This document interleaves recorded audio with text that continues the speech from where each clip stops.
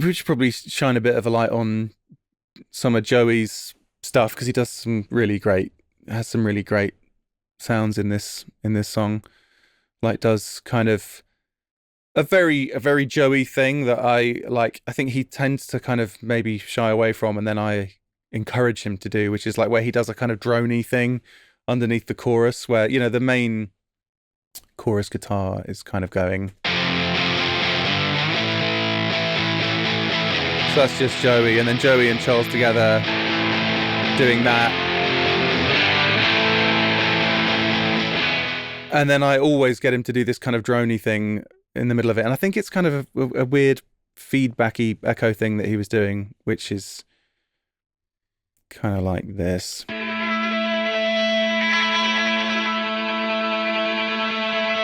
Which, in amongst all the guitars, sounds really cool. Oh, that's what's doing that. Yeah.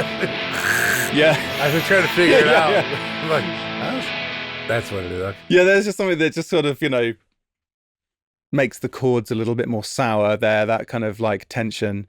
And yeah, I always get him to do it. And he's like, oh, that's such a me thing. I shouldn't do that. And I was like, and that's exactly why you should do it. Come on. And yeah, because I think a lot of because Joey wrote the music for this one, I utilized him, and kind of made the most of the fact that Charles was in a bad mood. So I was like, well, Joey, you're going to have to play a lot of guitar on this song because we need to pretty much finish it and then present it to Charles. And yeah, it paid off in the end. I think I think it sounds great. And how is that sound created? Do you know how that sound is created? With a guitar and some pedals and some amplifiers, I think. I can't remember exactly.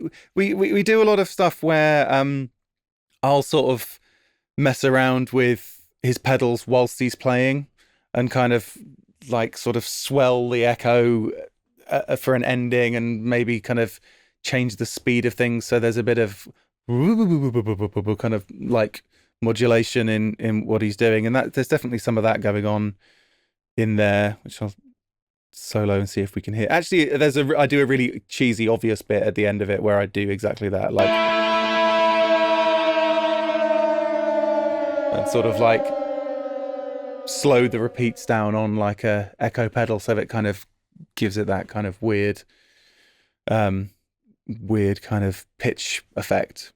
And are you doing that while he's playing, or are you? Yeah, sometimes. Yeah. Like if I get the impression that I'm pissing him off, then maybe I'll stop. Right. But like usually he's pretty hard to distract. Usually he's kind of in the zone, and I'm like on the floor fucking around. But yeah, I'm trying to think exactly what it was. I know he likes we both have them actually, an MXR carbon copy, which is like a bucket brigade. Echo pedal that we use that a lot. Time for a quick Tape It feature highlight. Tape It allows you to record in stereo, utilizing the full microphone capacity on an iPhone along with gentler dynamic compression. It gives you a much more natural sound and is a huge upgrade to the all-round audio quality. To find out more, follow the link in the description or use the promo code Tape Notes for 20% off Tape It Pro. Charles has got this little Vox practice amp thing. I mean like a tiny little thing. And when we're doing demos, usually I'll just grab the vocal mic and kind of chuck it on the floor somewhere near the amp and like literally like sort of zero care and attention to getting a good guitar sound. And somehow it turned out really great. And that's ended up being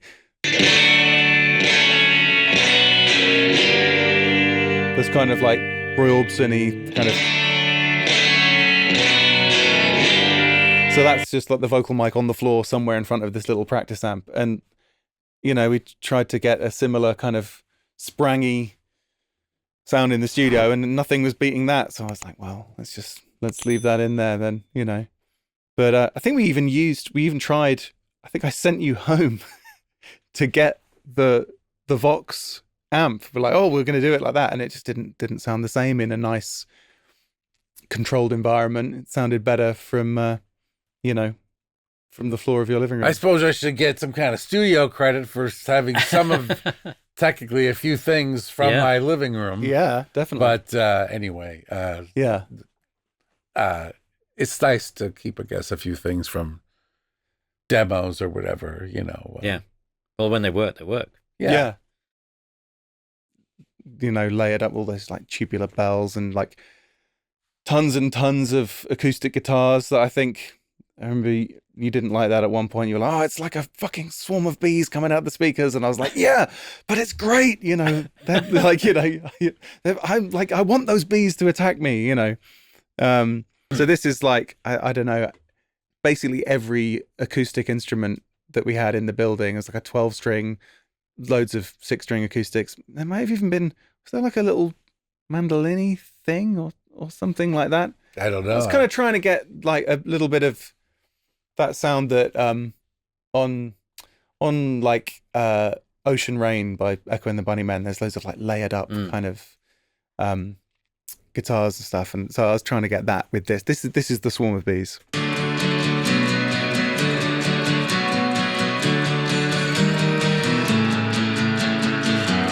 So that's like one main guitar here, and then a couple of other guitars there, and then I think this is the one where I think that's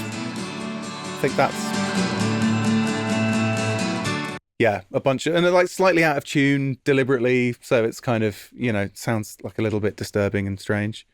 But yeah, should I just give you a blast of like the kind of chorus into the outro or something like that? Yeah, that would be great. I mean, do you record those in a special way to create a kind of buzzy effect, or is it only buzzy because Charles described it as? Yeah, I don't think I did anything particularly unusual with them. I don't know. I'm not the cleanest acoustic guitar player, so you're gonna get some buzzy from me. Yeah. But it's really nice. He sort of plays in a very kind of everything has conviction.